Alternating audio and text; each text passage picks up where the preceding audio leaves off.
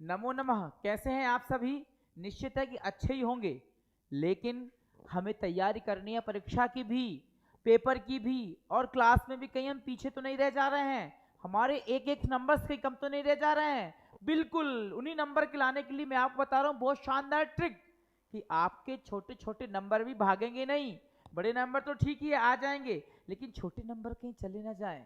आपके पेपर के अंतर्गत आपसे पूछे जाते हैं शब्द रूप, जो कि आते हैं 3 नंबर के। वो शब्द रूप कैसे आपको याद रहे? इतने सारे 3 वचन हैं, 7 विभक्तियां हैं, तो वो याद करने के लिए हमने एक आपके लिए ट्रिक लेकर के आए हैं। और ऐसे ही हमने पुल्लिंग शब्द, अभी हम पढ़ाएंगे आपको स्त्रीलिंग शब्द रूप की, जो कि बहुवचन। इसके पहले मैंने प्रथम मतलब एक वचन और द्विवचन, इन दो की भी हमने ट्रिक बताई हुई है कि कैसे उनके सभी रूप प्रथमा विभक्ति से लेके सप्तमी विभक्ति तक के जितने भी शब्द रूप हैं एक वचन के, वो कैसे याद रहेंगे। वो वीडियो ना देखी हो तो जाकर के वो वीडियो जरूर देख लें। और द्विवचन की भी हमने बनाई हुई है कि प्रथमा विभक्ति से लेकर के सप्तमी विभक्ति तक के रूप कैसे याद रह सकें।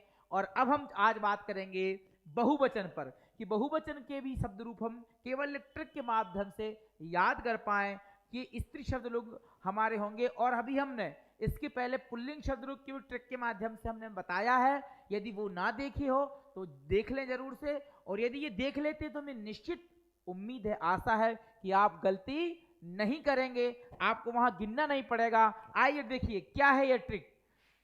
यहां पर हमने देखना है कि हमें पढ़ना है बहुवचन। कहां से करना है? तो हमें करना है प्रथमा से सप्तमी तक के, प्रथमा व्यक्ति से लेके सप्तमी व्यक्ति तक के सभी जो बहुवचन हैं वो आ जाएंगे। तो ट्रिक है क्या? तो हमारी ट्रिक केवल है भी भ्यः नामसु। इतनी सी ट्रिक है, समझ लो आप। केवल इतनी सी ट्रिक से आपको सारे बहुवचन याद हो जाएंगे आकारांत स्त्रीलिंग के।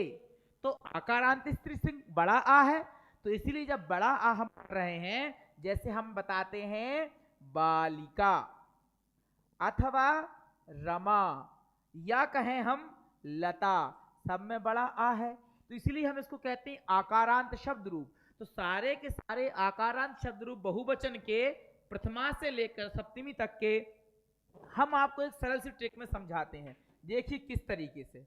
आपको कुछ नहीं करना है, बस आप समझ लो प्रथमा विभक्ति से लेकर के प्रथमा, द्वितीया, तृतीया, या चतुर्थी, पंचमी, षष्ठी और ये सप्तमी, सारे के सारे प्रथमा से लेकर सप्तमी तक, क्योंकि आकारांत पढ़ रहे हैं तो सभी जगह लिख लो आ, यहां भी आ, फिर यहां भी आ, सभी जगह बड़ा आ लिख लो आप। बड़ा आ तो याद रहेगा, ये तो भूलने वाला नहीं है। बड़ा आ आपने कर लिया।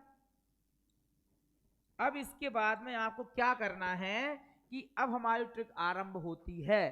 कहां से? क्योंकि प्रथमा हमने पहले भी नियम बताया था, हम तृतीया विभक्ति से कई बार शुरू करते हैं, तो यहां भी हम ये ध्यान रखेंगे कि ये जो हमारी ट्रिक आरंभ हो रही है कहां से हो रही है?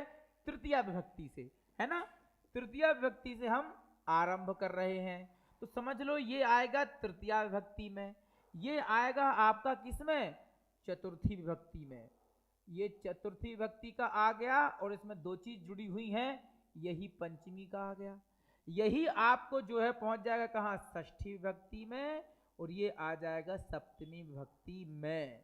ठीक है, बस यही आपको ध्यान देना है। देखिए कैसे, यहां है आ, तृतीया विभक्ति से हम शुरू कर रहे हैं, तो हो गया भी। यहां पर क्या है? भ्यः, तो भ्यः हमने 2 बार, क्योंकि यहां भ्या भी है, विसर्ग भी है, और ये भी 2 वर्ण मिले हुए हैं, इसलिए हमको चतुर्थी विभक्ति पर और पंचमी विभक्ति पर दोनों पे ही भ्या भ्या लेना है। तो अब ये क्या है कि हमारा पहले हमने भी जोड़ा, दूसरे हमने भ्यः और फिर भ्य, तो ये जो विसर्ग है समझ लो हम शुरू से ही लगा देनी है। ये मान लो यहां से भी हमने विसर्ग लगा देनी है, यहां भी विसर्ग, यहां भी और यहां भी। क्यों लगानी है इसे? क्योंकि यहां जाकर के विसर्ग मिलेगी, अर्थात इसके पहले सब में विसर्ग आ जाएगा, यहां भी, यहां भी, यहां भी, यहां भी। अब इसके बाद आया यहां षष्ठी विभक्ति, यहां जुड़ जाएगा नाम, और सप्तमी में क्या है? सु जुड़ जाएगा। देखो किस तरीके से आपकी ये ट्रिक काम करेगी कि आपको सारे के सारे विभक्तियों के बहुवचन जो भी हैं याद रहेंगे।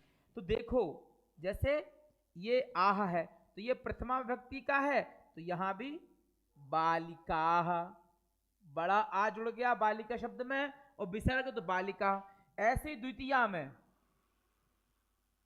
द्वितीय विभक्ति का बहुवचन भी बालिकाः, आह आह मतलब बालिकाः बालिका, ये सेम है अर्थात ये भी सेम है।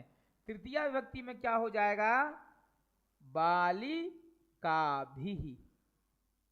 ओके, बालिकाभिः। अब आभ्या आभ्या एक जैसे हैं अर्थात चतुर्थी और पंचमी के भी एक जैसे ही होंगे।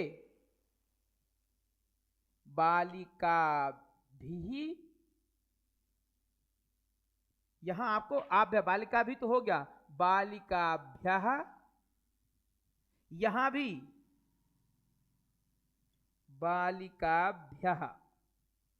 आप यहां है आभ्या आभ्या, तो यहां भी चतुर्थी में बालिकाभ्या, पंचमी में भी बालिकाभ्या। अब है आनाम, तो बालिका नाम, आनाम बालिका नाम, आसु तो बालिकासु। बहुत ही सरल है ना। और आप एक बार देख लो लता के, जैसे इसमें आह है तो ये सीख लो लताह, आह सेम है दोनों, तो यहां भी लताह। ओके, ये बालिका भी तो लताभिः, यहां बालिकाभ्यः तो लताभ्यः, है ना। यहां भी आभ्यः लताभ्यः, फिर से दूसरे में आभ्या है, फिर से लताभ्यः। ये सारे बहुवचन तैयार हो रहे हैं। षष्ठी विभक्ति में आएंगे तो आम है, अनाम तो लतानाम, आनाम लतानाम, आनाम था आसु तो लतासु, ये लतासु। बिल्कुल अच्छी सी ट्रिक से, केवल छोटा सा ट्रिक याद रखेंगे, सारे के सारे बहुवचन प्रथमा से सप्तमी तक के याद हो जाएंगे। ऐसे ही हम बहुत अच्छा सारी चीजें जो कम पढ़ के छोटे ट्रिक से सभी याद रख सकते हैं, कठिनता ना हो। अच्छे वीडियोस लाते रहेंगे। हमारे चैनल को सब्सक्राइब करें और जुड़े रहें। नमो नमः।